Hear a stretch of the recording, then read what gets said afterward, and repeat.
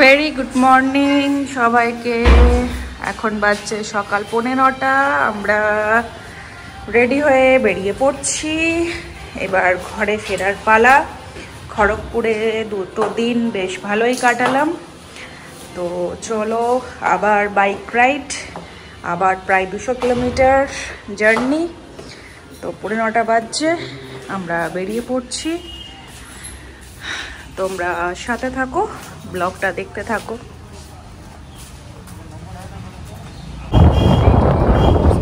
পেছনে ফেলে আমরা এগিয়ে চললাম। বাই বাই খড়গপুর, আবার দেখা হবে আশা করি। চলো, আজকে ওয়েদারটাও একদম ঠান্ডা ঠান্ডা, মেঘ হয়ে মানে মেঘলা ওয়েদার। ফার্স্টেই কোথাও একটা দাঁড়িয়ে আমাদের ব্রেকফাস্ট করে নিতে হবে। শুধু চা বিস্কিটই খাওয়া হয়েছে।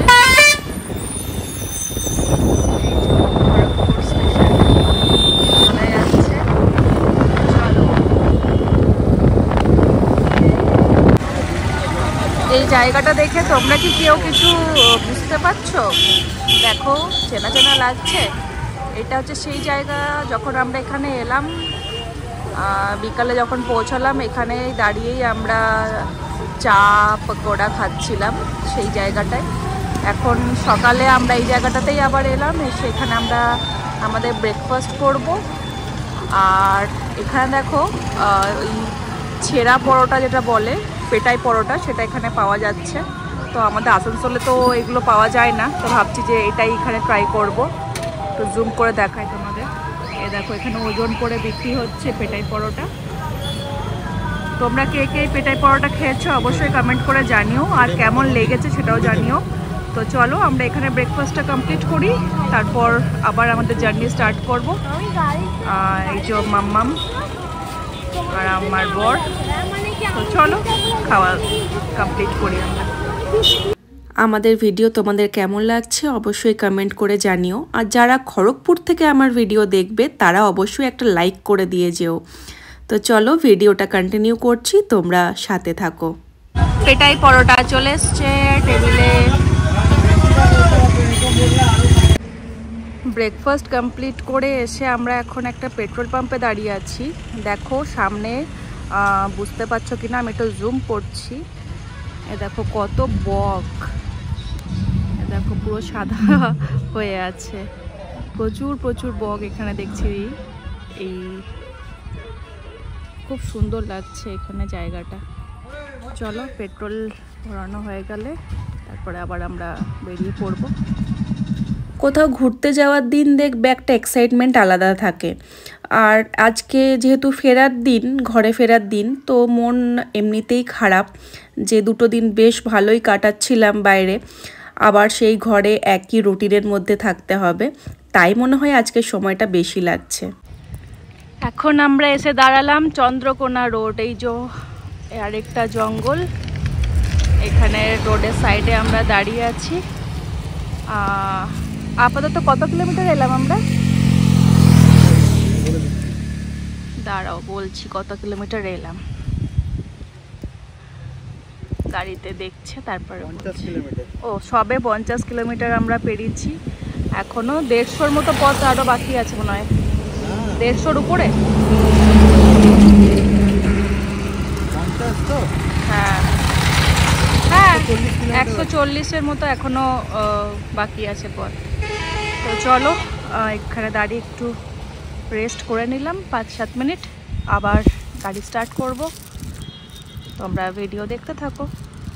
ঘন জঙ্গলের মাঝে রাস্তা ধরে আবারও আমরা এগিয়ে চলেছি নিজেদের গন্তব্যের দিকে। আজকে মন খুবই ভারাক্রান্ত, কারণ সত্যি করেই ঘরে ফিরতে ইচ্ছে করছে না। মনে হচ্ছে প্রকৃতির কোলেই আরও কয়েকটা দিন কাটিয়ে দিলে মনে হয় ভালো হতো। তো যাই হোক, তোমাদের সাথে গল্প করতে করতে আমরা অনেকটা রাস্তাই অতিক্রম করে ফেললাম। এখন বাজছে 12:15। আমরা অদা থানার কাছে দোকানে এসে দাঁড়ালাম। দেখতে পাচ্ছ অদা।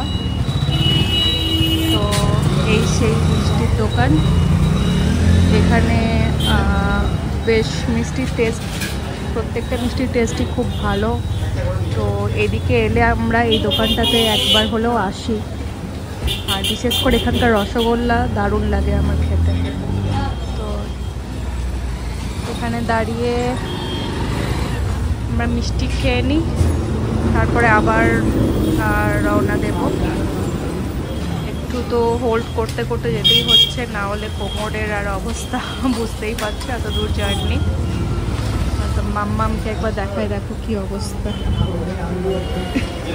বেচারি কাদো কাদো হয়ে গেছে। তো যাই হোক, তোমরা ভিডিও শেষ পর্যন্ত দেখতে থাকো, আশা করি ভালো লাগবে। আমরা আবারও একটু হোল্ড করলাম। এটা হচ্ছে আমাদের পাশে, দেখো এটা হচ্ছে একটা ডিএভি পাবলিক স্কুল। ছায়া দেখে দাঁড়ালাম, এই জায়গাটা একটু হাঁটছি, মানে একভাবে বসে বসে অবস্থা খারাপ হয়ে যাচ্ছে। মানে যাওয়ার দিনে এতবার করে হোল্ড করিনি, বাট ফেরার দিনে অনেকবার করে হোল্ড করা হচ্ছে, কেন যাওয়ার ক্লান্তিটা তো আছেই বেশি। 2 দিনই তো ওখানে স্টে করলাম, সেরকমভাবে তো আর রেস্ট হয়নি, আর 2 দিন পরে আবার লং জার্নি। তো 2 দিনের ক্লান্তি মিলিয়ে আজকে এরকম একটা অবস্থা হচ্ছে। তো যাই হোক, এই যে একটু ছায়া আছে, এখানে একটু দাঁড়ালাম, জল টল খাই, তারপর আবার গাড়ি স্টার্ট হবে। এই যে আমাদের সকলে কই রে, হাই কর, হাই পাচ্ছি না, চোখ মুখের অবস্থা খুবই খারাপ। চলো ভিডিও তোমরা দেখতে থাকো। যতই কষ্ট হোক, কিন্তু এই লং জার্নিতে বাইকে করে যাওয়াটা আমি খুব আনন্দ উপভোগ করি। তোমরা আমার মতো কে কে এরকম বাইক রাইড পছন্দ করো অবশ্যই জানিও। আর দেখো পাশে কি সুন্দর পলাশে ঘেরা পুরো এই রাস্তাটা, খুব সুন্দর লাগছিল। আর এইভাবে কিন্তু আমরা পৌঁছে গেলাম আবারও মেজিয়াঘাট। এবার মেজিয়াঘাট হয়ে আমরা রানীগঞ্জে পৌঁছে যাব। আমাদের এই জার্নিটা, এই ট্রাভেল ব্লগটা তোমাদের কেমন লাগছে অবশ্যই জানাতে ভুলো না। যারা নতুন তারা কিন্তু সাবস্ক্রাইব অবশ্যই করে দিও। সাথে থাকো, দেখতে থাকো। আমরা চলে এলাম আমাদের পরিচিত জেকে নগরে পালওয়ান হোটেলে। এখান থেকে আমরা দুপুরের লাঞ্চটা প্যাক করে নিচ্ছি, কারণ এখন বাজে ঘড়িতে 2টো, আর পৌঁছাতে আরও আধ ঘন্টার মতো লাগবে। 2:30 পৌনে 3টার সময় পৌঁছে এই এত ঘন্টার জার্নি, আর এনার্জি নেই ঘরে গিয়ে রান্না করার, আর রান্না করে দেওয়ার মতনও ঘরে কোনো লোক নেই।